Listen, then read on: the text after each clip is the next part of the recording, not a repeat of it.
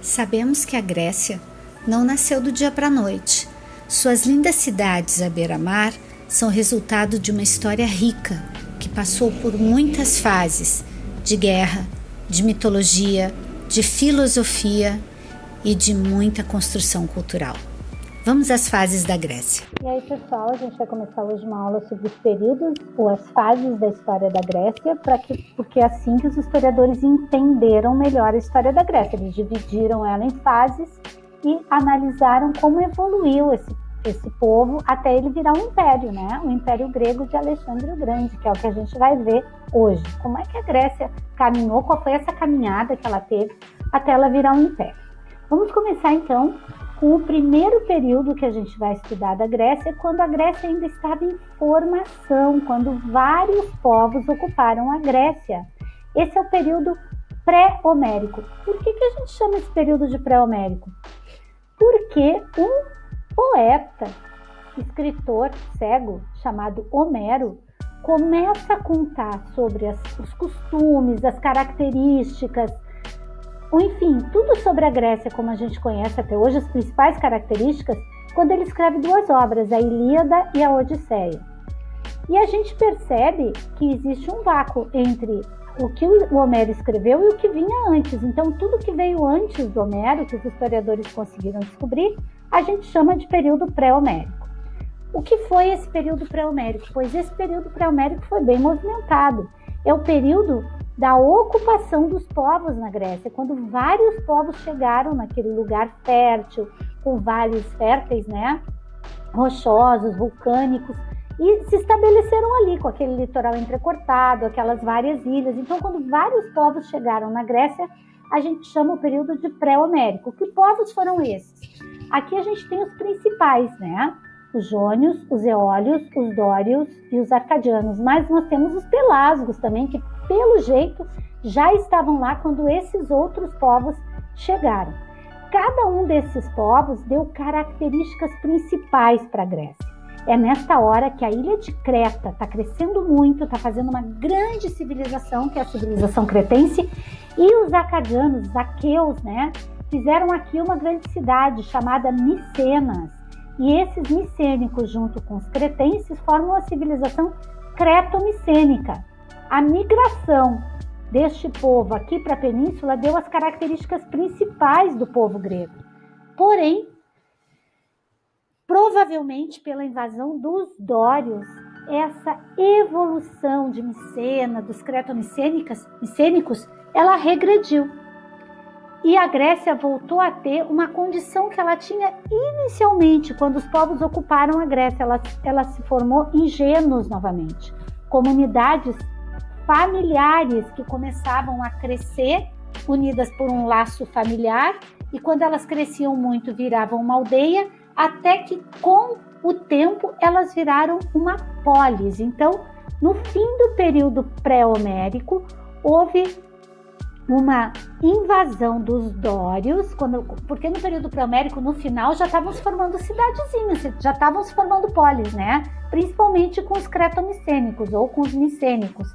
Mas, quando os dórios chegaram ali, eles regrediram, eles voltaram a fazer uma organização rural, uma organização familiar, porque eles não eram bons de fazer cidade, eles não sabiam muito. Então, até essas cidades-estado invadidas pelos dórios, que estavam começando a nascer, que eram invadidas pelos dórios, voltarem a ser cidades, né? A gente ainda não pode considerar elas uma cidade-estado. Elas estavam nascendo como cidade-estado até que os dórios as invadiram. Aí, quando os dórios invadiram aquelas cidades que estavam nascendo, regrediram a uma organização gentílica, a serem gênos novamente. Reuniões familiares que formavam pequenas tribos, né? E essas tribos rurais não eram mais cidades. Só que essas cidades invadidas pelos dórios, elas foram reagindo, né? Outros povos vieram, dominaram os dórios, e os dórios acabaram ficando lá em Esparta. Então, Esparta acabou sendo uma cidade mais rural, enquanto as outras começaram a crescer. E quando essas cidades crescem, elas viram cidades-estado. o próximo período que a gente vai ver da história da Grécia, depois do período pré-homérico, é o período homérico. Então, o período pré-homérico é aquele em que se formam os povos, né? Os povos ocupam a Grécia. Esses povos que ocupam a Grécia muitas vezes já se organizam de maneira urbana, e essa maneira urbana vai regredir com a invasão dos dórios, né? A gente vê que tem a cidade de Micenas, os próprios cretenses que vão fazer parte da formação da Grécia já tinham uma maneira urbana de se relacionar. Só que quando os dórios invadem, eles voltam a fazer uma maneira rural de vida e se organizam, então, organizações ruralistas, que a gente vai chamar de genos. Uma organização gentílica se impõe. O que é essa organização gentílica? A palavra gene quer dizer laço familiar. Gentílico quer dizer pessoas ligadas por laços familiares formando uma comunidade. Uma comunidade. Essa comunidade tinha bens coletivos, porque afinal todo mundo era da mesma família, e ela tinha um tamanho relativamente médio, assim, pequeno, né? Não eram grandes genes, né? Grandes cidades. É nessa hora que Homero começa a contar dessa disputa entre essas grandes famílias que acabavam unindo essas grandes famílias. Uma grande família casava com outra grande família, formava uma grande comunidade, já uma cidade, né? E é nessa hora que Homero começa a contar a história da Guerra de Troia, entre o fim dessa organização gentílica e o início das primeiras cidades-estado, né? Então, ali que Homero começa a criar a história da Ilíada, que é a história da Guerra de Troia, e por isso é o período homérico, em que tem uma organização gentílica, não que esquecendo, organização gentílica é uma união familiar, a palavra gene é o que determina o laço familiar, né? Quando a gente diz, meu olho é castanho que nem o da minha mãe, isso é genético, né? Isso é um laço familiar. Então é daí, é dessa palavra grega. Então essa organização de grandes famílias que se reuniam, que às vezes se uniam com outras grandes famílias, que tinham uma propriedade coletiva dos bens, é uma organização gentílica, né? Que era a organização dos tempos homéricos. Quando Homero começa a contar a história da Grécia. Logo depois, essas grandes organizações gentílicas vão virando cidades com governo independente, com um deus próprio, que a gente vai chamar de polis. O que são as polis gregas? As polis gregas são cidades organizadas com um governo próprio, um estilo de governo próprio, porém com uma cultura grega, uma língua grega. Cada cidade-estado tinha o seu próprio deus e suas características conforme o povo que a colonizou antes, né? Então, Atenas era super aculturada, ela tinha sido colonizada por dois povos muito culturais, né? Os jônios e os coríntios. Então, Atenas também teve uma invasão dos aqueus, ela era bastante cultural, bastante urbanizada. A deusa dela era Palas Atenas, a deusa da guerra estratégica, né? Que disputou o poder da cidade com Poseidon, né? Eles disputaram o poder de Atenas. E a Atenas era a deusa protetora. Atenas é o modelo da cidade grega até hoje, mas todas mais ou menos tinham esta mesma organização. Como é que é essa organização? A gente vê aqui no desenho que, em geral, tinha um centro político, administrativo e religioso, que a gente chama de acrópole. Ele guardava o templo, as grandes escolas de aprendizado filosófico, mas, em geral, os filósofos discutiam as suas ciências nas escadarias do templo. Era também aqui que tinha os grandes centros administrativos políticos, né? E logo em volta da Acrópole, ou abaixo da Acrópole, a gente vê a Ágora, onde tinha o restante das casas da cidade, a Ágora, onde ficavam as casas, os pequenos mercados, as coisas mais do povo, né, do dia a dia. Aqui a gente vê a Acrópole de Atenas e a Ágora de Atenas em ruínas, mas do outro lado aqui da Acrópole a gente vê a cidade de Atenas, né, o seu porto e tudo o que temos direito de ver com isso. Vamos ver aqui se eu consigo compartilhar com vocês o Google Maps, para que a gente consiga ver também a cidade de Atenas hoje no Google Maps, né? Para vocês terem mais ou menos uma ideia do que seria a Ágora e a Acrópole, né? Vamos ver se eu consigo aqui. Vamos colocar Atenas, Acrópole E a gente já sabe, né? Período arcaico foi quando surgiram as cidades-estado, né? As cidades-estado com sua organização particular própria, com seu Deus protetor, né? Então aqui nós vamos na Acrópole de Atenas. Cai no lugar certo, bonequinho. Te soltei, ó.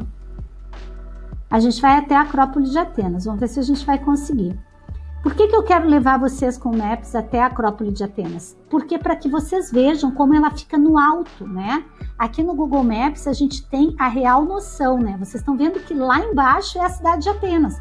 Seria a Ágora, mas se nós fôssemos para os tempos antigos, a Ágora era do outro lado, onde hoje nós temos as ruínas históricas, né? Aqui no Google isso não está muito claro, né? Mas é onde se tem as ruínas históricas de Atenas. Bom, voltando aqui para o período arcaico, onde nasceram as cidades-estado, nós temos também o próximo período, que seria o período clássico. Essas cidades-estado grandes, prósperas, a Grécia estava florescendo. Ela oferecia terras férteis aos seus súditos, né?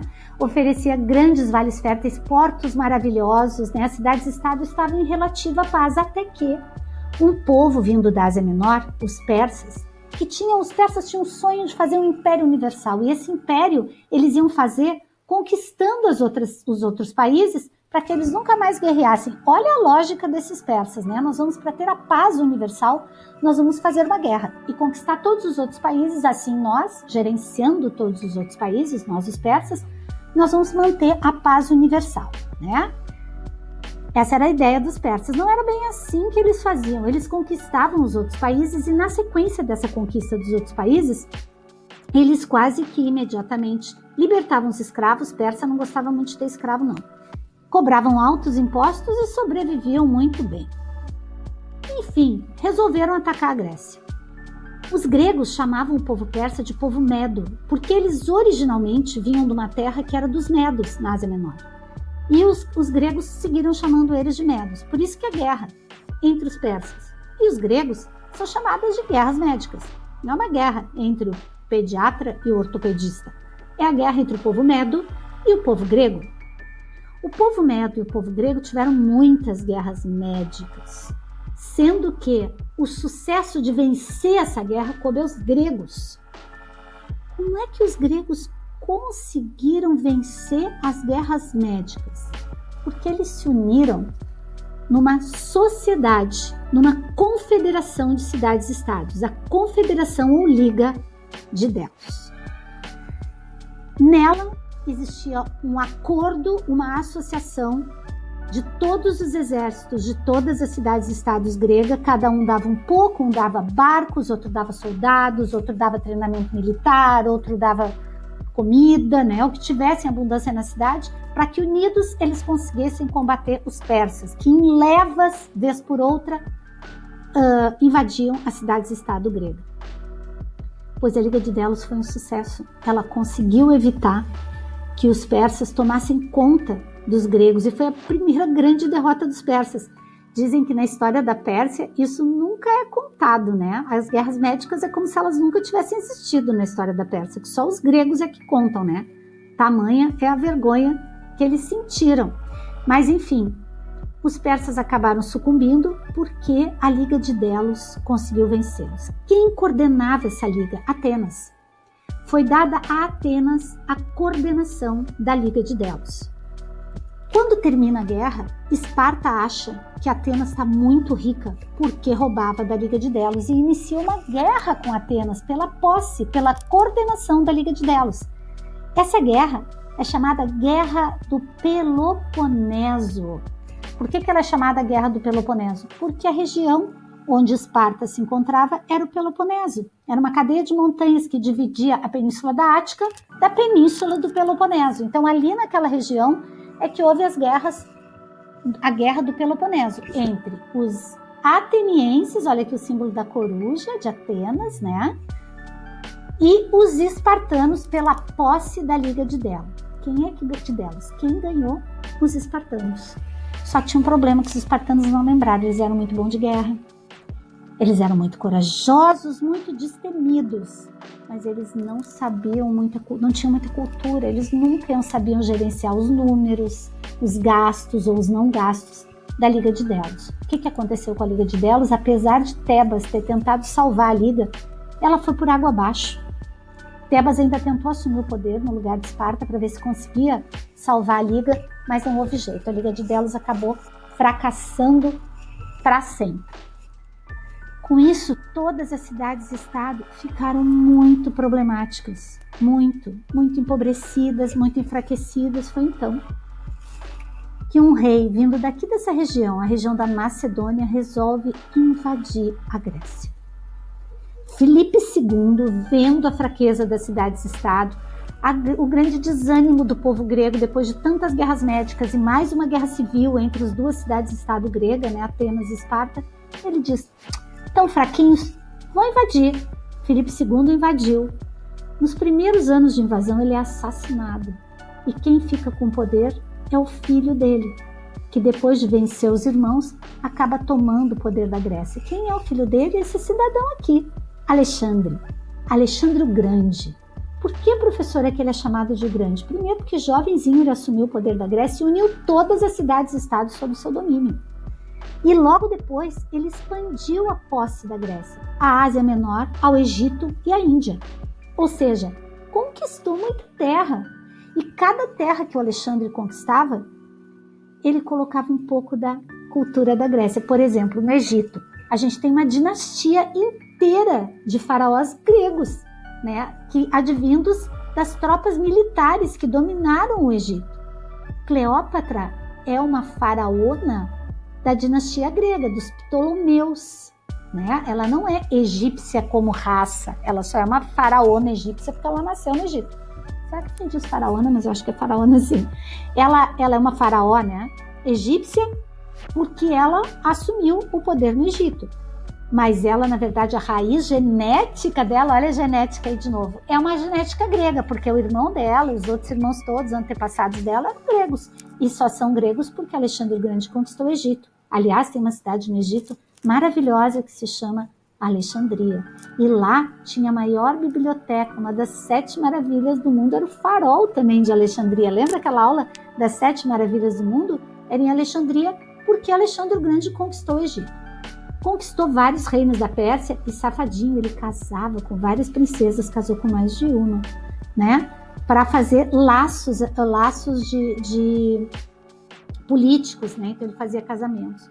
O Alexandre o Grande, ele expandiu muito o Império Grego e também a cada lugar que ele ia, ele levava a cultura grega. Então é muito normal a gente chegar em algum lugar da Ásia Menor, em algum lugar do Egito, em algum lugar, algum desses lugares, sul da Itália, que a gente veja alguma coisa grega muito presente. Por quê? Porque Alexandre o Grande levava a cultura grega adiante, o alfabeto grego, tudo começou a ter ligação com essa base cultural grega. A isso a gente chama de cultura helenística.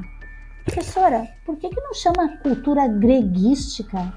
Porque os povos da Ásia Menor chamavam os gregos de helenos, o povo do sol, o povo ligado ao deus Hélio, os helenos. Então, os helenos eram os gregos e a cultura grega misturada com todas as outras culturas a gente chama de cultura helenística.